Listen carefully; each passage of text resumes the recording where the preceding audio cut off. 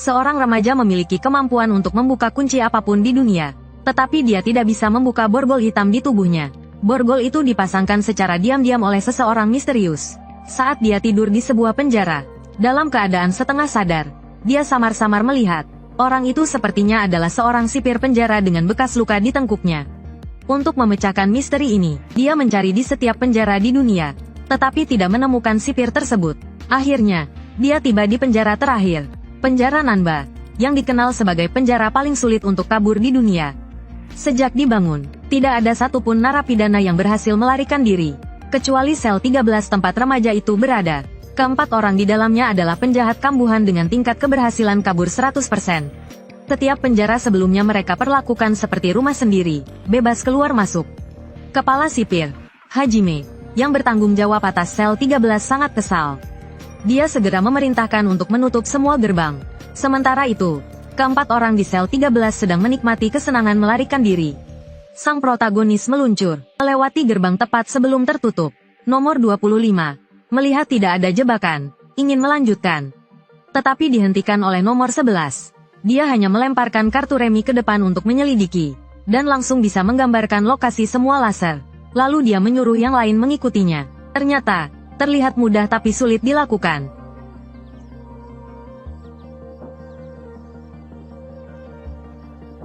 Kenapa? Aku sudah menonaktifkannya. Ternyata, nomor 15 telah menonaktifkan jebakan saat mereka melewatinya. Tapi ternyata itu adalah jebakan yang sebenarnya. Saat perangkat dinonaktifkan, dinding di kedua sisi akan mendekat secara otomatis. Untungnya, ada jalan keluar. Nomor 15 melihat ventilasi di atas. Maka, mereka berempat bergegas memanjat dinding. Setelah lolos, mereka beristirahat sejenak. Tapi ternyata ventilasi udara juga tidak aman. Nomor 25 mencium bau gas bius di dalamnya. Mereka pun kembali ke koridor.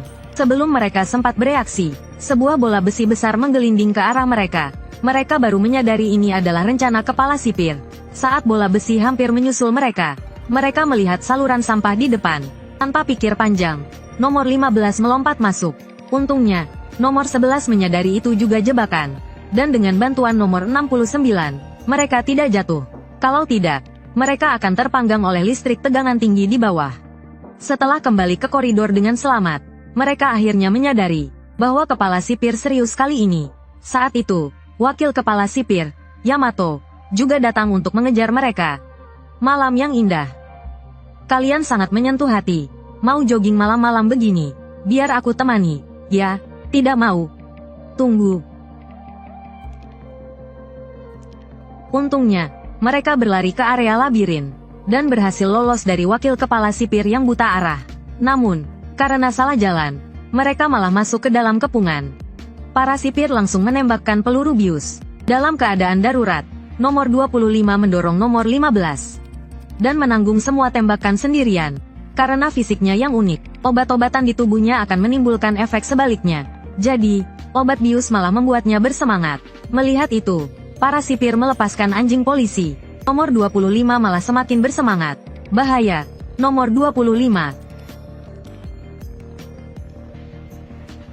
Apa-apaan ini? Lucunya, ada apa ini? Apa ini efek obat tadi?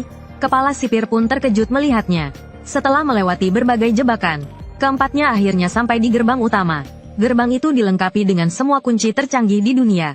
Tapi semua itu bukan tandingan bagi nomor 15. Dia hanya menepuknya pelan dan kunci pun terbuka. Sisi mengaktifkan program penghancuran diri gerbang. Lalu dia melakukan beberapa Chaozuo lagi. Berhasil mempercepat hitungan mundur. Akhirnya di detik-detik terakhir, dia berhasil menonaktifkan penghancuran diri dan membuka gerbang. Saat mereka menghirup udara segar di luar, kepala sipir Ai, sebagai garis pertahanan terakhir, muncul di hadapan mereka. Nomor 69 memimpin penyerangan, tapi dia terpental oleh satu pukulan. Ayo kita tentukan pemenangnya. Batu, gunting, kertas. Lihat ke sana, hei. Batu, gunting, kertas. Lihat ke sana. Lalu Ai perlahan mendekati nomor 25. Hanya dengan satu tatapan, dia membuatnya pingsan ketakutan. Sekarang hanya nomor 15 yang masih berdiri. Dia menantang Ai untuk menyerangnya. Selain kabur, apalagi yang kau bisa? Masih saja sok keren. Bilang tidak bisa apa-apa. Coba saja kalau berani. Aduh, Sakit Ai, jangan. Sakit. Jangan begini. Sakit. Maafkan aku. Pernahkah kau melihat narapidana yang menganggap penjara sebagai rumahnya sendiri? Meskipun mereka kabur puluhan kali setiap hari, mereka tidak benar-benar pergi, karena di sini ada komputer untuk dimainkan, dan makanan lezat untuk dimakan. Pagi itu, kepala sipir blok 13 bangun dan melakukan absen. Saat memanggil nomor 15, tidak ada jawaban. Dia melihat sel itu kosong. Dia langsung membunyikan alarm pelarian narapidana. Saat kepala sipir memeriksa rekaman CCTV semalam, tiba-tiba dia mendengar suara dengkuran dari ruang jaga. Ternyata itu nomor 15 yang hilang. Rupanya dia kabur ke sana untuk tidur karena dengkuran teman sekamarnya terlalu keras. Kepala sipir segera memanggil wakilnya yang bertugas semalam. Melapor kepada Anda, dari malam hingga pagi, saya terus berlatih keras. Selesai, jangan membuat masalah pagi-pagi begini. Setelah mengembalikan nomor 15 ke selnya, kepala sipir memerintahkan keempatnya untuk memulai pekerjaan hari itu. Berkat kerja keras mereka, sebuah lemari baru pun selesai dibuat. Kepala sipir memuji keterampilan mereka. Nomor 15 lalu memamerkan jebakan yang dia buat. Kepala sipir penasaran. Nomor 15 langsung mendemonstrasikannya. Hasilnya, laci itu terlempar ke wajah kepala sipir. Setelah menghukum nomor 15, kepala sipir termenung. Jika atasannya tahu narapidana blok 13 sering kabur, dia akan sakit perut. Anak buahnya juga khawatir akan dipecat oleh kepala penjara. Jangan bilang siapa-siapa, jangan menangis. Iya, seperti banci saja. Kenapa kau di sini? Tidak ada, cuma iseng saja. Kepala sipir marah karena disadap. Dia ingin penghuni sel 13 menempatkan diri di posisinya. Tapi kenapa narapidana harus memikirkan sipir? Lagi pula, mereka tidak ada hubungannya. Nomor 15 menyuruhnya untuk tenang. Toh, yang kabur adalah narapidana. Kepala sipir hanya perlu menyalahkan keempat narapidana itu. Siapa sangka, setelah mengembalikan nomor 15 ke sel, dia kabur lagi. Untungnya, kepala sipir segera menangkapnya.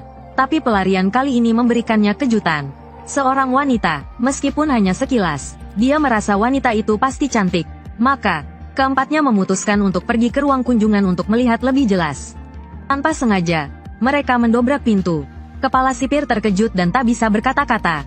Tapi perhatian mereka tertuju pada gadis di balik jendela. Nomor 15 mengira dia pacar kepala sipir. Tapi gadis itu memanggilnya kakak. Mereka tak menyangka kepala sipir punya adik perempuan secantik itu. Mereka berebut memanggil kepala sipir kakak ipar. Tapi kepala sipir berkata, dia adik laki-laki saya. Membuat mereka kecewa. Dia adikku, aku Jayugo Rokudo. Serius, saat itu, helikopter kepala penjara mendarat di penjara Nanba. Hal pertama yang dia lakukan adalah memanggil kepala sipir sel 13. Hajime meninggalkan ruang kunjungan setelah menerima perintah. Rokudo terlihat kesepian. Nomor 15 mengajaknya bicara. Saat sipir akan membawa nomor 15 pergi, Rokudo menahannya dengan alasan kunjungan. Kepala penjara Momoko Hyakushiki bertanya pada Hajime tentang situasi sel 13. Dan mengingatkannya untuk tidak meremehkan narapidana sel 13. Terutama nomor 15. Dia adalah putra dari narapidana pelarian nomor 601. Dan dia tidak akan pernah melupakan tatapan pria itu. Rokudo dan nomor 15 mengobrol dengan gembira. Dia penasaran kenapa nomor 15 tidak melepaskan borgolnya. Nomor 15 bilang meskipun dia bisa membuka kunci apapun, borgolnya tidak punya lubang kunci. Dan borgol itu dipasangkan oleh seseorang saat dia tidur di penjara sebelumnya. Oleh orang misterius. Akun Kunani Media samar-samar melihat bekas luka di belakang leher orang itu. Dia telah mencari di semua penjara di luar tapi tidak menemukannya.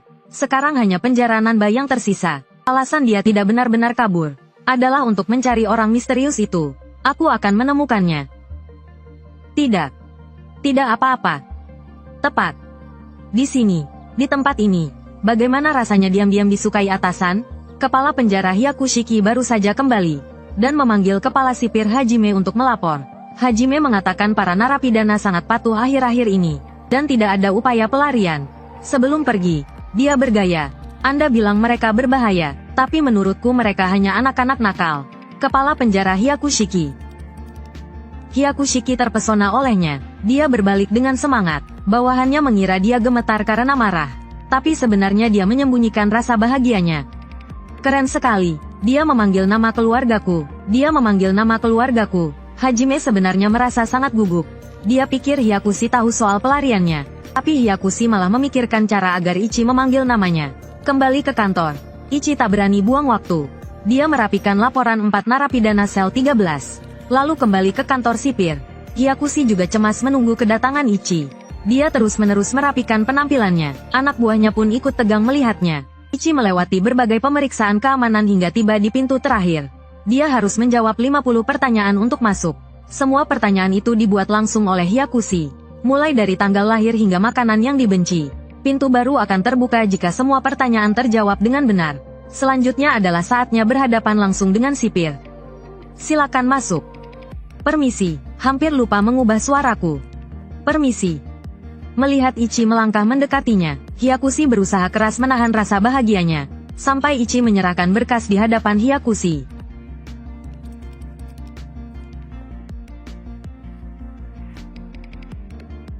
Aduh, tadi jari telunjuk dan jari tengah. Sekarang jari manis dan kelingking. Tinggal jempol saja. Tiba-tiba anak buahnya memukul Ichi hingga terpental. Dia mengkritik Ichi karena melempar berkas ke meja, dan mencoba mendorong sipir. Sungguh tidak sopan. Pertemuan yang dinantikan Hyakushi hancur begitu saja oleh anak buahnya. Anak buahnya malah terlihat bangga. Tapi detik berikutnya, kepalanya ditahan Ichi dan dihajar. Hyakushi terlihat kecewa setelah membaca berkasnya. Tapi anak buahnya menemukan sesuatu yang menarik. Keempat narapidana itu punya banyak pengalaman kabur. Tapi kenapa mereka tidak melakukan apa-apa di sini? Hyakushi juga penasaran dengan cara mereka kabur dulu. Ichi bilang hal itu hanya bisa dijelaskan secara lisan, karena tidak pantas ditulis di laporan. Pertama, narapidana nomor 25. Dia ditangkap saat membeli narkoba di daerah kumuh. Karena dia dipaksa dan tidak tahu apa-apa, hukumannya diringankan. Alasan dia kabur sangat aneh. Dia kabur karena tidak suka disuntik dan minum obat. Di sini dia tidak perlu disuntik, dan obatnya juga sesuai seleranya. Makanya dia betah di penjara. Selanjutnya, narapidana nomor 69. Dia dipenjara karena membuat kerusuhan dengan geng. Dia juga punya alasan untuk kabur. Anak buahnya menebak pasti karena ingin balas dendam untuk temannya. Karena makanan di rumah tahanan tempatnya ditahan sangat tidak enak. Tidak enak sekali. Sialan. Sepertinya dia masuk rumah tahanan dan kabur karena makanannya tidak enak. Sekarang dia puas dengan makanan di sini. Makanya dia tidak macam-macam. Ichi melihat keduanya yang kebingungan, dan bertanya apakah mereka masih ingin mendengarnya. Setelah diperintahkan untuk melanjutkan, Ichi menceritakan tentang narapidana nomor 11. Dia dipenjara karena sering ke kasino ilegal. Sampai sekarang dia masih sering berjudi dengan keempat narapidana lainnya. Anak buahnya mengira dia sama seperti dua orang sebelumnya. Asal bisa berjudi, dia tidak mau kabur. Tapi ternyata Ichi menyangkalnya. Dia bilang alasan sebenarnya dia kabur adalah karena wanita. Anak buahnya langsung membayangkan dia berjudi untuk biaya pengobatan pacarnya. Bukan. Dia kabur karena ada janji kencan. Seharusnya aku tidak usah dengar. Kemanapun dia di penjara, dia akan kabur di hari kencannya. Itulah alasannya. Apa dia jadi penurut begini karena tidak ada yang mengajaknya kabur? Ya, begitulah. Aku sampai meneteskan air mata setelah tahu yang sebenarnya. Apa aku terlalu banyak berpikir? Terakhir, narapidana nomor 15. Dia ditangkap karena perampokan kewarganegaraannya. Tapi dia berhasil kabur di hari yang sama dia masuk penjara. Dan dari keempatnya, hanya dia yang paling sering masuk dan kabur dari penjara. Hyakushi buru-buru menanyakan alasannya kabur. Ichi mengatakan itu hobinya, dan belakangan ini, dia tidak terlihat punya niat untuk kabur. Hyakushi menatap Ichi yang tampak serius, dan mempercayai laporannya kali ini. Tapi Ichi sendiri meragukan ucapannya. Dia hanya mengulangi perkataan nomor 15 kepada Hyakushi, bukan hasil penyelidikannya sendiri. Mungkin akulah orang yang paling mencurigainya. Jadi aku tidak akan lengah. Dalam perjalanan kembali, dia memergoki nomor 15 yang sedang mencoba kabur lagi. Teman satu selnya mengejeknya karena memecahkan rekor tercepat tertangkap. Padahal mereka berempat sebenarnya tidak ingin pergi dari sini. Ya, tempat ini memang menyenangkan. Meskipun ini penjara. Aku merasa tenang di penjara. Pernahkah kau melihat narapidana yang senang mengganggu sipir? Sipir bernama Seitaro ini, sejak awal patroli, selalu diintimidasi oleh narapidana sel 13. Ada apa? Dia bilang, ada apa? Dia takut. Kak kalian. Kau terlalu mudah dibaca, Seitaro. Dengan wajah serius, dia meminta mereka berempat untuk diam, tapi malah diejek dan diganggu lagi. Dengan wajah sedih, dia menemui kepala sel 13. Ichi. Dia ingin tahu cara menjinakkan narapidana sel 13. Ichi bilang, Kalau mereka tidak menurut, hajar saja. Tapi cara itu tidak realistis baginya. Seitaro yang terpukul mulai menarik diri. Untuk menyemangatinya, Ichi langsung menjebaknya di dinding. Dan memberitahunya cara menghadapi narapidana sel 13. Jika dia mengikuti instruksinya, dia pasti bisa menaklukkan mereka berempat. Pertama, narapidana nomor 11. Karena dia sangat menyukai wanita, berikan saja dia kuesioner dari majalah wanita, dan dia akan diam untuk sementara waktu. Selanjutnya, narapidana nomor 69. Meskipun dia suka berkelahi, dia tidak bisa menahan godaan makanan. Berikan saja dia menu hari ini, dan dia akan langsung menurut. Lalu, narapidana nomor 25. Menghadapinya lebih mudah lagi, berikan saja dia TV yang bisa memutar anime, ditambah sedikit camilan, dia akan terpaku di depan TV. Terakhir, narapidana nomor 15. Karena hobinya adalah kabur, sedikit saja lengah, dia akan kabur. Tapi dia punya satu kelemahan besar. Jika ketiga teman satu selnya tidak ikut, semangatnya untuk kabur akan berkurang 40%. Kalaupun dia kabur, dia akan mudah ditangkap. Gunakan cara tadi untuk menangani ketiga lainnya. Itulah kuncinya. Terakhir, ajak dia bermain. Biarkan Sugoroku tidur siang saja. Bagaimana ini? Tugasnya lebih mirip pengasuh daripada penjaga. Setelah mengatakan itu, Ichi pergi ke kantor kepala sipir. Hyakushi ingin menempatkan narapidana baru di sel 13. Ichi penasaran dan bertanya mengapa. Setelah melihat data narapidana, dia langsung mengerti. Ternyata narapidana baru itu juga seorang ahli kabur dari penjara. Benar-benar burung sejenis berkumpul bersama. Setelah mendengarnya, Ichi menerima perintah itu. Tapi dia tetap tidak bisa menahan diri untuk tidak bertanya tentang tujuan sebenarnya Hyakushi. Namun, Hyakushi tidak memberitahunya. Dia hanya terus menatap Ichi keluar dari ruangan. Saat pintu tertutup, dia tidak tahan lagi. Tujuannya, Hyakushi. Aku ingin kau memanggil namaku. Kembali ke sel 13. Ichi bertemu dengan Jeyugo. Dia mengikuti metode Ichi, dan telah sepenuhnya menjadi pesuruh mereka berempat tanpa menyadarinya. Tapi melihat dia sudah kembali bersemangat, Ichi tidak membongkarnya, sampai dia memberitahu Jeyugo tentang narapidana baru. Jeyugo yang tadinya bersemangat kembali merasa pusing. Sementara itu, nomor 69 juga memberitahu teman satu selnya tentang narapidana baru. Saat mereka berempat menebak identitas narapidana baru, Ichi sudah membawa orang itu ke sel.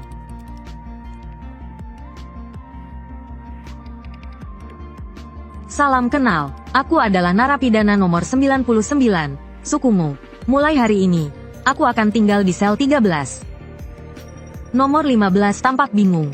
Tiga lainnya sangat gembira, hanya karena mereka tertarik dengan identitas ninja nomor 99. Nomor 15 menyuruh ketiganya untuk sadar.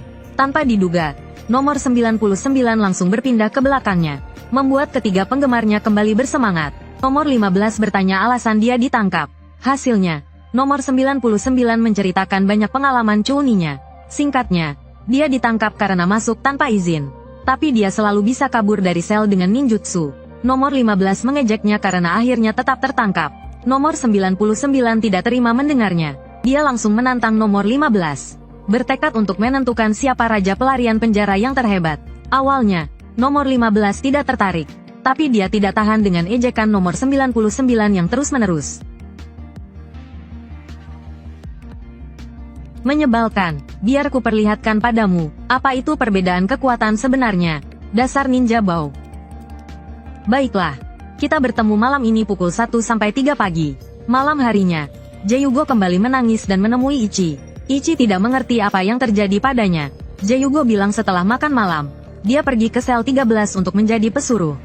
Tapi mereka berempat bersikap dingin padanya dan mengusirnya. Ichi sepertinya menyadari sesuatu. Tak lama kemudian, pukul 1-3 pagi pun tiba. Kompetisi mereka pun resmi dimulai. Tapi nomor 99 terus mengikuti gerak-gerik nomor 15. Menurutnya, itu untuk menyimpan kekuatan. Tiga lainnya mengikuti sepanjang jalan sebagai wasit. Tak lama kemudian, mereka bertemu dengan gembok baru penjara. Tapi di hadapan nomor 15, sang ahli buka gembok. Itu hanya masalah 2,5 detik. Kemudian, nomor 11 menggunakan keahliannya menyelidiki jalan dengan kartu. Nomor 15 dengan tenang mencari mekanismenya. Dan dalam 2,5 detik lagi, dia berhasil membuka mekanismenya. Saat mereka menuju halaman, sepertinya ada sesuatu. Arwahkah? Abaikan saja. Nomor 15 kembali mempertanyakan tindakan nomor 99. Tanpa diduga, Hajime juga datang ke sana. Nomor 11 memimpin dan berkata bahwa mereka tidak terlibat. Semua ini salah nomor 15 dan 99. Tapi Hajime tidak peduli apa yang mereka lakukan. Keluar sel tanpa izin dianggap sebagai pelarian. Dan nomor 99 tiba-tiba muncul. Dia langsung menggunakan jurus menghilang untuk menghindari penangkapan. Siapa sangka dia hanya menipu dirinya sendiri. Meskipun berhasil mengelabui 3 penggemarnya, dia dipukul terbang oleh Hajime.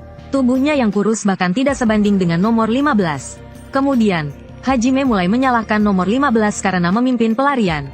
Tanpa diduga, nomor 99 masih belum menyerah. Sepertinya kau tidak bisa mengalahkan penjaga ini. Asal bisa kabur dari sini. Itu adalah kemenanganku. Ninjutsu daun menghilang. Dan juga, ninjutsu paku silang. Paku silang ninja Jepang. Aduh, dia juga menyebar paku silang di sekitarnya. Kau bodoh, ya. Setelah kejadian itu, para narapidana sel 13 ditangkap kembali. Hajime juga meminta sipir untuk memindahkan nomor 99 dari sel 13. Dan menyuruhnya untuk tetap di tempat, merenung, dan membersihkan. Belum pernah melihat sipir seaneh ini. Melihat bawahannya membersihkan sambil meneteskan keringat, dia langsung berusaha menangkapnya dengan tangannya. Bahkan membayangkan tetesan keringat itu sebagai lautan luas. Dengan begitu, dia bisa bahagia dikelilingi lautan. Namun, semua ini berakhir dengan cepat. Setelah kedua bawahannya pergi, Hyakushiki mengendus bau di meja seperti orang mesum. Tak lama kemudian, penjara menyambut perayaan tahun baru. Sipir akan memilih perwakilan dari setiap sel untuk bekerja sama dengan penjaga. Kelompok yang menang akan mendapatkan bonus untuk penjaga. Sedangkan untuk narapidana, satu permintaan mereka akan dikabulkan. Sel 13 langsung meminta untuk berpartisipasi. Hoshino mengatakan itu tergantung pilihan sipir. Begitu dia selesai bicara, wasit mengumumkan sel 13 ikut serta. Kenapa? Penyalahgunaan wewenang lagi. Ternyata, saat rapat pra-pertandingan, Hajime mengatakan dia tidak ingin sel 13 ikut serta. Tapi sipir tidak mendengarkan sama sekali. Dia terus memandangi Hajime dengan tatapan memuja. Akhirnya, dia menuliskan sel 13 sebagai perwakilan. Babak pertama disebut uji kaligrafi tahun baru. Setiap sel harus menulis ucapan selamat tahun baru di atas kertas. Hanya tulisan yang indah dan artistik yang dianggap menang. Tapi di sel 13, hanya nomor 15 yang bisa menulis. Jadi, ketiganya menaruh harapan padanya. Dan dengan satu goresan pena, nomor 15, berhasil menghancurkan harapan mereka sepenuhnya. Tulisannya jelek sekali. Aku ingat, selain kabur, orang ini tidak berguna sama sekali. Maaf, kami seharusnya tidak berharap. Saat nomor 11 mengira babak pertama akan kalah, Hajime dan wakil direktur datang menyelamatkan. Mereka berhasil membuat sel 13 memenangkan babak pertama. Sipir melihat Hajime di arena dan kembali berfantasi.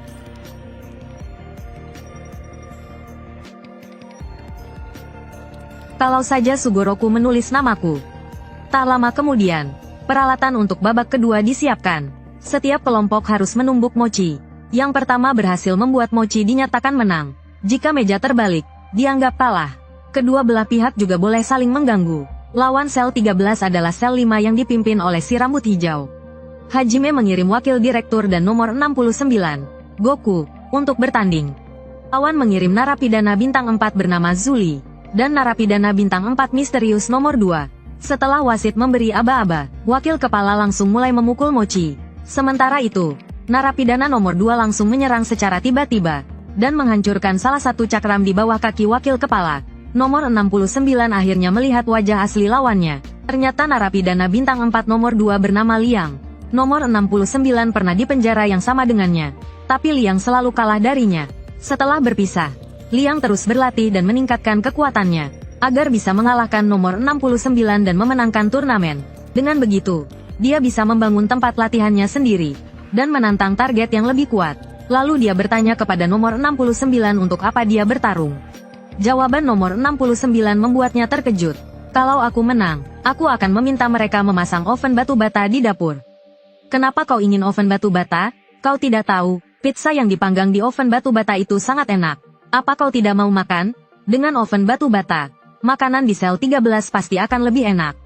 Napi lain yang mendengarnya berkomentar, benar-benar nomor 69. Tapi Liang tidak menerima jawaban konyol itu. Dia langsung melompat ke udara, dan menggunakan jurus rahasia yang telah dilatihnya selama bertahun-tahun. Namun, dia tidak menyangka bahwa nomor 69 akan menangkisnya dengan satu tangan. Dia langsung menangkap kaki Liang, dan mengayunkannya seperti tali, sambil menjelaskan kecintaannya pada makanan di sini. Akhirnya, dia tidak hanya menghancurkan salah satu cakram lawan, tetapi juga membuat Liang benar-benar kehilangan kemampuan bertarung. Wakil kepala juga berencana untuk menyelesaikan pertarungan dengan cepat. Dia langsung melempar palu besarnya, dan melangkah mendekati Zuli. Akhirnya, dia mengakhiri pertarungan dengan pukulan uppercut yang sempurna. Setelah dipukul, Zuli terbang semakin tinggi, dan dengan cepat menghancurkan panggung mochi milik timnya. Wasit langsung mengumumkan sel 5 tereliminasi. Keduanya berhasil memenangkan pertandingan kedua. Selanjutnya adalah pertandingan ketiga, Hyakunin Issue. Para peserta harus memilih kartu bunga yang sesuai. Dengan cepat berdasarkan petunjuk wasit, A1 langsung mengirimkan Seitaro untuk bertanding. Tapi dia ragu-ragu untuk memilih dua orang lainnya. Nomor 15 merasa A1 akan memilihnya lagi. Tapi dia benar-benar tidak tahu cara bermain kartu bunga. A1 sepertinya mengerti apa yang dipikirkannya. Saat nomor 15 merasa cemas, nomor 11 menawarkan diri untuk bertanding. Dia juga mengatakan tidak perlu memilih orang ketiga, karena yang lainnya tidak sehebat dia dalam bermain kartu. Pertandingan pertama adalah Seitaro melawan kepala sel 3, Kijin. Lawan melihat Seitaro tidak menunjukkan aura apapun, dan mengira bisa dengan cepat mengalahkannya. Tapi siapa sangka, begitu wasit mulai berbicara, Seitaro langsung menemukan kartu bunga pertama. Kijin bahkan belum sempat bereaksi. Bahkan penonton pun tercengang, sampai Seitaro menunjukkan kartu bunga pilihannya. Kijin baru tahu bahwa ronde pertama telah berakhir. Jauh, bulan purnama, Chiyaru Iroha. Sungguh. Aku sangat percaya diri dengan ingatanku. Kijin, yang benar-benar dikalahkan, langsung membatu. A1 mulai mengkhawatirkan keadaan nomor 11. Lagi pula, dari awal hingga sekarang, nomor 11 bukan hanya tidak mendapat satu kartu pun, tapi kartunya selalu diambil duluan oleh lawan. Dan di tengah permainan, lawan tiba-tiba mengganti pemain. Ternyata, pemain ketiga mereka dari tadi mengamati nomor 11 dari belakang. Tujuannya untuk mengacaukan kesempatannya berbuat curang. Mereka pikir mereka bisa menang hanya dengan mencegah nomor 11 berbuat curang. Tapi nomor 15 menertawakan kenaifan mereka. Apa katamu, jangan kira nomor 11 hanya bisa berbuat curang. Bertanding melawannya tidak semudah itu. Episode ini pasti yang paling banyak plesetannya. Tendangan sepeda. Ora, muda, ia bergemuruh. Memanggilku untuk meraih kemenangan. Bakuretsu Bip Finger, Asteris Bip Tinju Langit. Di turnamen tahun baru penjara Nanba, tim sel 13 blok 13 yang dipimpin Jeyugo terus menang. Hingga di pertandingan ketiga, mereka bertemu lawan yang tangguh. Di babak pertama, nomor 11 terus ditekan lawan. Bukan hanya tidak mendapat satu kartu bunga pun, dia juga tidak punya kesempatan untuk berbuat curang. Kepala blok 3, Kijimitsu, yang menjadi lawannya berkata, bahwa dia sudah memberitahu informasi tentang nomor 11 kepada timnya, dan dia yakin mereka bisa menang sebelum nomor 11 berbuat curang. Mendengar itu, nomor 15 menertawakan kebodohannya. Jangan kira nomor 11 hanya bisa berbuat curang. Bertanding melawannya tidak semudah itu. Saat dia bicara, nomor 11 sudah mendapat beberapa kartu bunga. Ternyata, di babak pertama dia sengaja berpura-pura di depan lawan. Tujuannya untuk mengamati kebiasaan kedua lawannya. Meskipun nomor 82 segera menggantikan, itu tidak ada gunanya. Kebiasaan geraknya sudah diketahui oleh nomor 11. Pertama, matanya akan mengikuti kartu bunga yang ingin diambilnya. Kedua, pusat gravitasinya akan condong ke kanan tanpa sadar. Jadi, dia mengambil kartu bunga di sebelah kanan dengan sangat cepat. Terakhir, kelemahan fatalnya, yaitu kebiasaannya menunjuk sesuatu dengan jari tengah. Nomor 82 yang rahasianya terbongkar langsung marah. Rambutnya berubah menjadi panah. Jadi, itu wujud asli nomor 82, pasti pakai cara curang. Kan, dasar penipu. Sebaiknya kau ubah kebiasaan nakalmu itu dengan jari tengahmu. Meskipun pintar, kau tidak akan disukai perempuan. Melihat itu, nomor 03 hanya bisa mengganti nomor 82 lagi. Tapi dia juga mudah dibaca oleh nomor 11. Baru masuk, dia sudah kehilangan 3 kartu bunga. Nomor 03 menatap kejadian ini dengan tak percaya. Nomor 11 kemudian menjelaskan kebiasaan nomor 03. Saat dia mengulurkan tangan ke kanan, bibirnya sedikit terbuka. Saat mengulurkan tangan ke kiri, bibirnya tertutup rapat. Satu lagi, gerakan matanya. Saat akan mengambil kartu bunga yang dekat, dia akan berkedip sekali. Saat mengambil yang jauh, dia akan berkedip 2 kali. 2 ronde berturut-turut, nomor 11 berhasil menang. Dia juga mengatakan apa yang diinginkannya setelah menang, yaitu membangun ruang hiburan di penjara ini. Mendengar itu, seluruh penonton bersorak untuknya. Dia pun berhasil memenangkan ronde ketiga. Saat itu, nomor 25 dengan wajah ketakutan menemui Jae-yugo. Dia bilang tadi saat kembali untuk minum obat, dia melihat seorang narapidana seperti mayat melayang di udara. Ternyata, di pertandingan gasing ronde keempat, dia ikut bertanding sebagai pemain dari blok 5. Kebetulan lawannya adalah blok 13 tempat Jae-yugo berada. Maka, nomor 25 langsung menarik Jae-yugo dan melompat ke arena pertandingan. Hal ini menyebabkan Jae-yugo terjungkal ke lantai dengan kepala lebih dulu. Kepala blok 5, Samon, mengejeknya. Wasit kemudian mengumumkan dimulainya pertandingan. Kedua kapten tim segera memutar gasing mereka. Wukong memutuskan untuk menyerang lebih dulu. Dia memerintahkan timnya untuk menyerang Ai. Namun, serangan mereka dihentikan oleh nomor 25. Perbuatan pengecut seperti ini tidak akan kumaafkan. Matilah kalian, bajingan. Rekan satu timnya hanya bisa tersenyum kecut melihat tingkah dramatis nomor 25. Xiao Jiangnu hendak memanggil rekan satu timnya untuk menyerang bersama, tapi dia malah menemukannya tidur di pinggir lapangan. Dia bilang dia seorang apoteker dan tidak pandai bertarung. Dengan terpaksa, Xiao Jiangnu harus menghadapi mereka sendirian. Nomor 25 mengatakan dia ingin belajar teknik melayang darinya, tapi Xiao Jiangnu bilang dia belum cukup layak. Jadi, agar Xiao Jiangnu menerimanya sebagai murid, nomor 25 menggunakan tendangan terbang seperti di awal. Tadi itu, membuat lubang dan strategi peredam suara. Omong-omong, aku yang bertugas meredam suara. Aku yang membuat lubang, aku sensornya. Untuk jaga-jaga,